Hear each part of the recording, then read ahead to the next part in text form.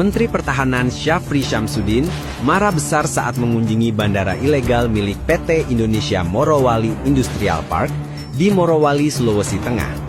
PT IMIP yang didirikan Luhut Binsar dan diresmikan Joko Widodo merupakan kerjasama dengan perusahaan besar asal Tiongkok yang 85% pekerjanya berasal dari Cina daratan.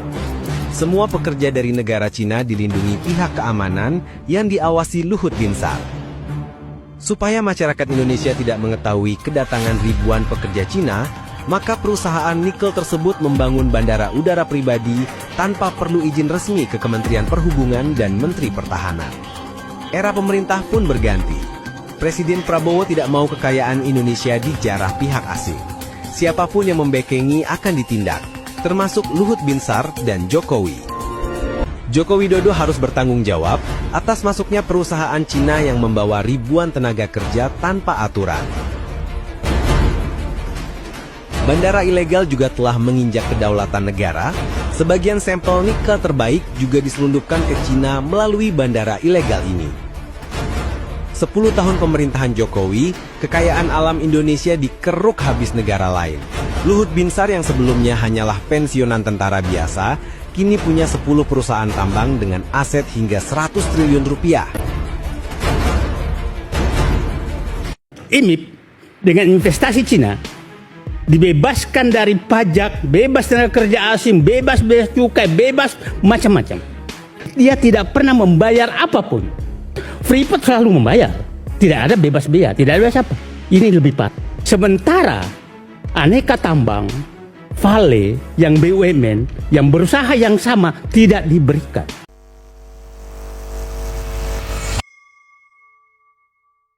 Ex-karyawan PT IMIP ungkap TKA asal China dievakuasi ke hutan saat sidak pejabat, gaji tukang sapunya bikin melongo. Seorang pria yang merupakan ex-karyawan PT IMIP, sebut saja Mr. X, mengungkap sejumlah kejanggalan di perusahaan yang kini ramai jadi sorotan publik itu. Hal itu disampaikan mantan karyawan itu kepada Aiman Widjaksono yang melakukan wawancara eksklusif. Ex-karyawan PT IMIP itu menyampaikan sejumlah hal bersama Aiman Widjaksono di acara Rakyat Bersuara. Dalam wawancara tersebut, terdapat pengakuan mengejutkan di mana ex-karyawan IMIP membeberkan bahwa setiap akan ada sidak oleh pejabat, para TKA dievakuasi ke hutan. Ex-karyawan itu juga mengungkap fakta mengejutkan mengenai gaji tukang sapu di kawasan industri PT Indonesia Morowali Industrial Park IMIP, Morowali, Sulawesi Tengah. Tukang sapu ini bukan warga negara Indonesia, melainkan tenaga kerja asing asal China. Menurut pengakuan ex-karyawan PT IMIP, gaji tukang sapu TKA asal China mencapai 18,7 juta rupiah. TKA China itu digaji dengan pembayaran 2 kali dalam 1 bulan, yakni 50% untuk keluarga di Tiongkok dan sisanya untuk para pekerja di Indonesia. Sebelumnya, diberitakan Ketua Dewan Ekonomi Nasional DEN, Luhut Binsar Panjaitan mengomentari polemik bandar udara yang berada di kawasan PT Indonesia Morowali Industrial Park IMIP, Morowali, Sulawesi Tengah. Sebagai mantan Menteri Koordinator Bidang Kemaritiman dan Investasi, saya bertanggung jawab atas perencanaan dan pengembangan investasi nasional selama kurang lebih 11 tahun, ungkap Luhut. Diketahui Bandara Khusus PT Indonesia Morowali Industrial Park IMIP menjadi polemik usai disebut beroperasi tanpa petugas dari negara. Hal itu disebut oleh Satgas Penertiban Kawasan Hutan yang mendampingi Menhan Syafri Syamsuddin dalam kunjungan di Bandara IMIP. Satgas PKH menyebut IMIP beroperasi tanpa adanya otoritas negara. Tukang sapu TKA China di PT IMIP digaji Rp18.700.000. Mantan karyawan PT IMIP Mr. X mengungkapkan tukang sapu tenaga kerja asing TKA asal China digaji belasan juta per bulan. Saya nanya lewat penerjemah, senang tidak kerja di Indonesia? Dia jawab senang sekali. Mereka digaji sekitar 8.000 yuan, ujar Mr. X dalam wawancara eksklusif. Dalam kurs sekarang ini, 1 yuan jika dirupiahkan setara Rp2.349. Kalau dikalikan 8.000 yuan, maka gaji yang dikantongi mencapai 18,7 juta rupiah. Menurut Mr. X, TKA China digaji dengan pembayaran 2 kali dalam 1 bulan, yakni 50% untuk keluarga di Tiongkok dan sisanya untuk para pekerja di Indonesia. TKA yang bekerja tukang sapu bisa mencapai ratusan orang. Karena begini, mereka pada waktu itu pakai tenaga manusia agar pemberdayaannya. Banyak SDM digunakan tukang sapu pakai caping nyapu, pakai sapu besar nyapu jalanan. Saat di dalam kita diskusi dengan Iwe, salah satu direktur operasional di sana pada waktu itu, beliau sampaikan bahwa mereka punya komitmen dengan pemerintah China untuk membawa SDM. Mereka itu cover SDM yang produktif tapi tidak bekerja, tidak terserap di negaranya. Jadi semua pengusaha China di seluruh dunia diwajibkan pekerjakan warga negara sampai level paling bawah.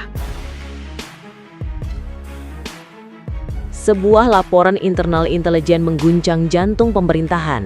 Di saat publik menyoroti dinamika politik dalam negeri, diam-diam operasi senyap dari pihak asing diduga telah berjalan bertahun-tahun dan Indonesia hampir kehilangan kendali atas aset-aset strategisnya. Yang mengejutkan, sumber internal menyebut bahwa Presiden Prabowo Subianto bahkan tidak mengetahui penuh soal operasi ini. Informasi ini muncul setelah investigasi mendalam dari lembaga pertahanan menemukan adanya jejak investasi dan kendali terselubung dari perusahaan-perusahaan berafiliasi dengan Beijing yang telah menembus proyek energi, pertambangan, hingga telekomunikasi di berbagai wilayah strategis Nusantara. Segalanya bermula dari laporan kecil mengenai aktivitas tidak wajar di kawasan industri maritim di Sulawesi dan Kalimantan.